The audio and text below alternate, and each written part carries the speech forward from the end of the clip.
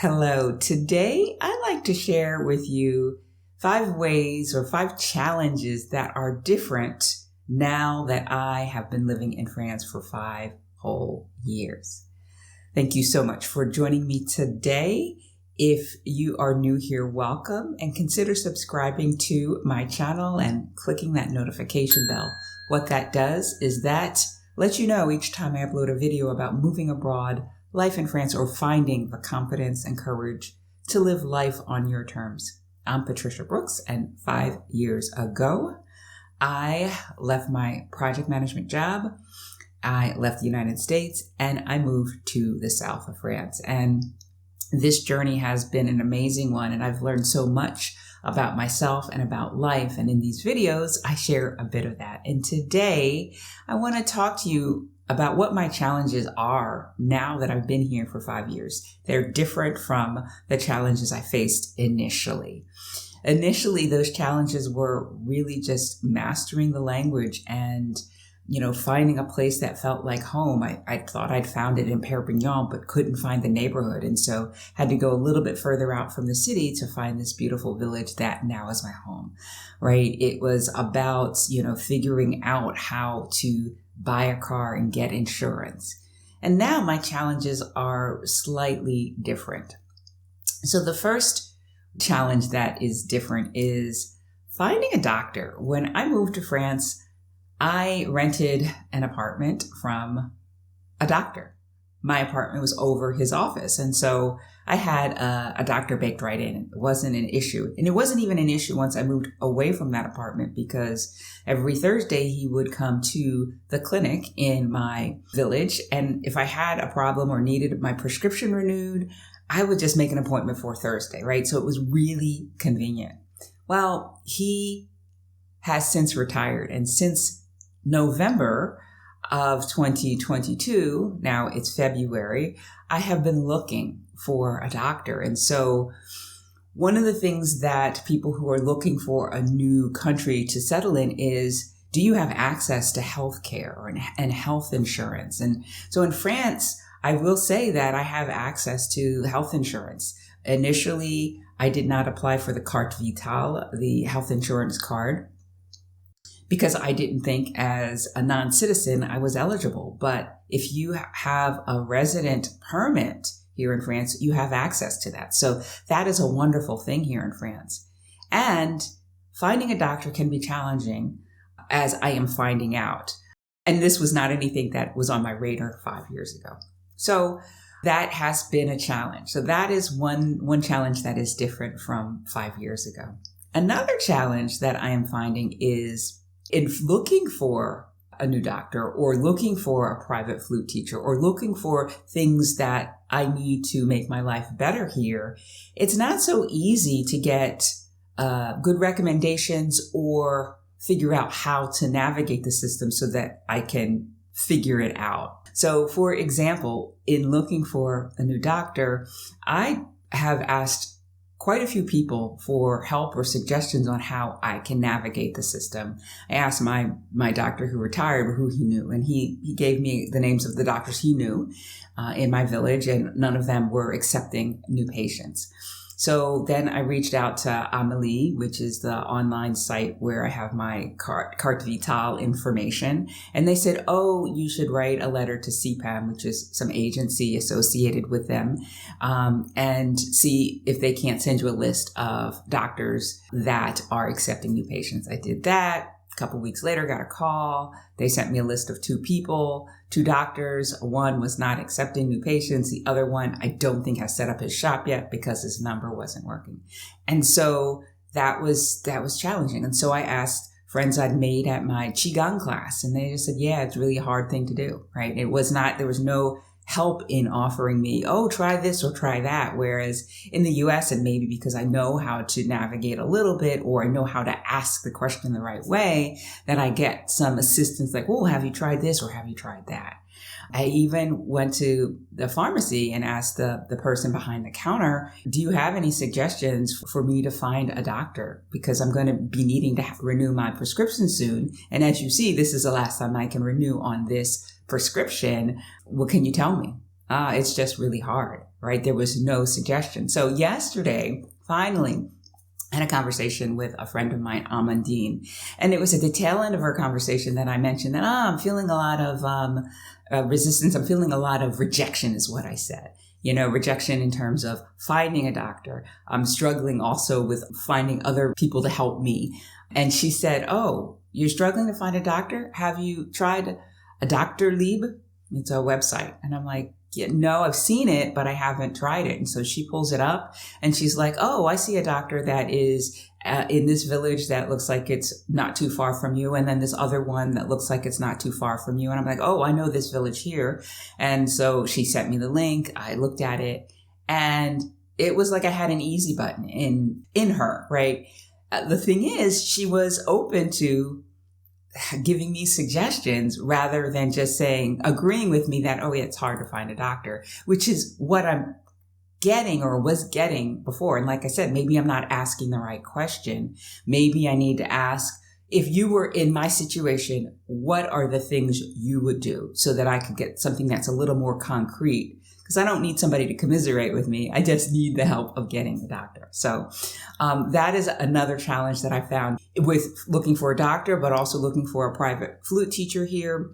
I've asked musicians here. I've asked the person who tuned up my flute here, and it was kind of like a dead end. And just from the get-go, it was like, no, I can't think of anybody. And that was it. It wasn't really, "Oh, have you tried this or have you tried that?" Now, somebody did suggest that I try the conservatory in Perpignan, and I might do that to see, if there's somebody who is willing to teach me, tutor me privately. But it's not really that forthcoming. And I don't know if it's just not something that French people do, or if it is the way I'm asking, or if maybe I just haven't asked the right people or enough people, right?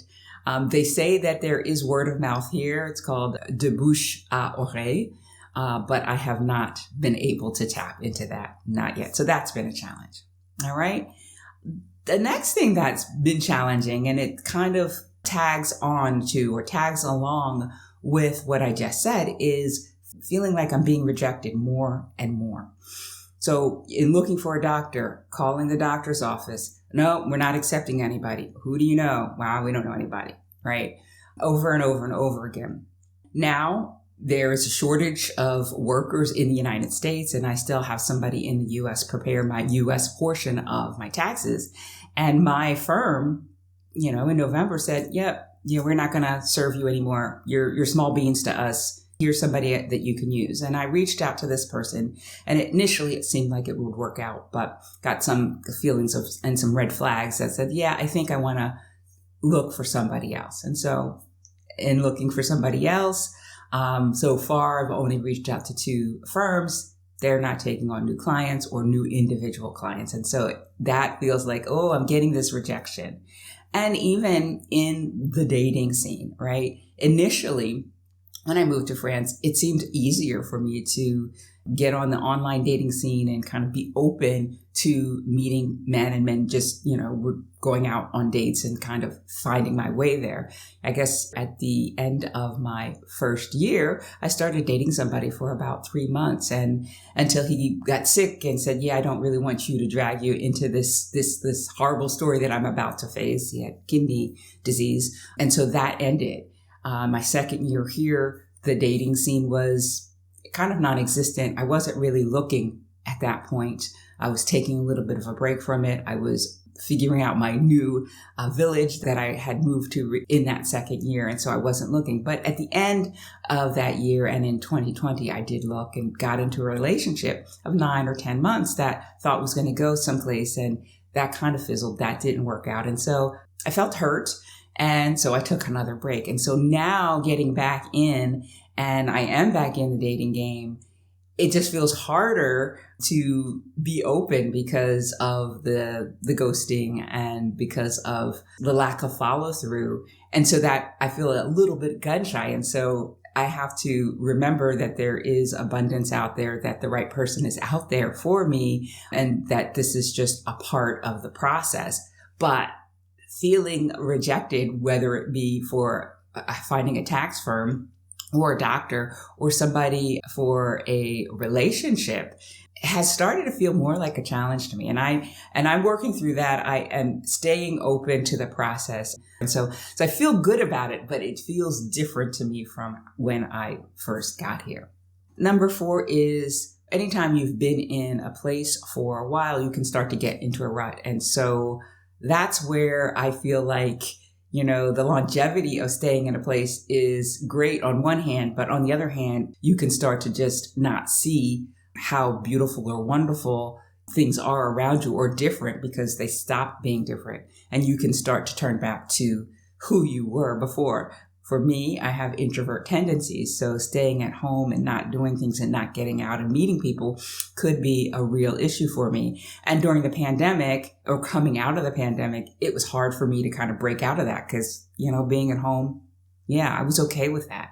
So what I've done to work through that is I've signed up for Qigong classes and I have really started to make friends there. It's been about 6 months, and in January we had the board meeting, and they asked me, "Are you going to come? You're going to come?" They wanted to have a quorum, and so I went, and I wasn't really sure what to expect. They had the board meeting, and since it was right after the start of the new year, they also had the gâteau de roi or king's cake or something like that. I'm not sure of the exact name right now, where they hide a party favor inside of the cake, and whoever gets that is king for the day. And you get a crown that is like Burger King, and you're celebrating. So I went to that, and we had the cake, and we chatted and got to know each other better. And I found one of the fèves, they call it, favors, in the cake, and so I got the crown and I put it on. The other people who got it, there were several cakes, didn't wear it, and it's something normal for them, but I thought, oh, this is special, I'm going to put it on. And so it was pretty neat, and that helped me to get to know people. And so I'm doing things like that. My flute lessons is another way I'm getting out. And also house sitting locally right now. I plan to expand, to other regions of France so that I can explore as well. Those are ways that I am tackling the potential of getting into a rut and then kind of feeling like life is dull and boring and, oh my gosh, I'm in France, but it's just life, right? And the 5th thing that is more challenging now than when I moved here is the fact that I am in this beautiful apartment that has a wonderful view of Mount Canigou, which is this iconic mountain in the region. And it's bright. Some of the houses and apartments here can tend to be a little dark. So it's spacious. It's a wonderful apartment. And I'm starting to feel like a little antsy and that I'm ready for my own place. What I rent now is a vacation rental by owner. So it's furnished. It doesn't have my furnishings in it, except for this reclining chair that I did buy a couple of years ago. And I'm ready to have my imprint on my own space. And so that is a little bit of a challenge, but I'm working through it. Like I said, I'm very appreciative of having this beautiful place to live. And so one of the ways that I do that is I kind of vision what it is that I want to have in the next place that I live. And I also keep my apartment as tidy as possible. It's one of those things you clean and then it seems like, oh my gosh, where did this clutter come from? But I notice a difference when I do keep it nice and tidy. So I'm doing that. That makes me feel better about being here. And I know that as my business grows and I have the ability to purchase something of my own, that will come in due time, and that kind of fuels me on. So those are 5 challenges that are different for me now that I have been living in France for 5 years. Have you experienced any of these changes when you have moved from one place to another? Let me know in the comments. Now, living abroad, as I said, has been a wonderful journey for me, and I've grown so much. And if you have this dream in your heart but feel a little bit stuck to move forward or make it happen, I'd love to have a conversation with you to see where you are, what's holding you back, and if working with me could help you get there sooner and with more ease. So what I'm going to do is put a link to my calendar in the description so that you can find a time for us to talk. And I really look forward to that. I want to thank you so much for tuning in today, watching all the way to the end. If you enjoyed this video, give it a thumbs up, share it with friends. Be sure to subscribe if you haven't already. And you can check out these videos here that I know you are going to enjoy. Take care, and I'll see you next time. Bye for now.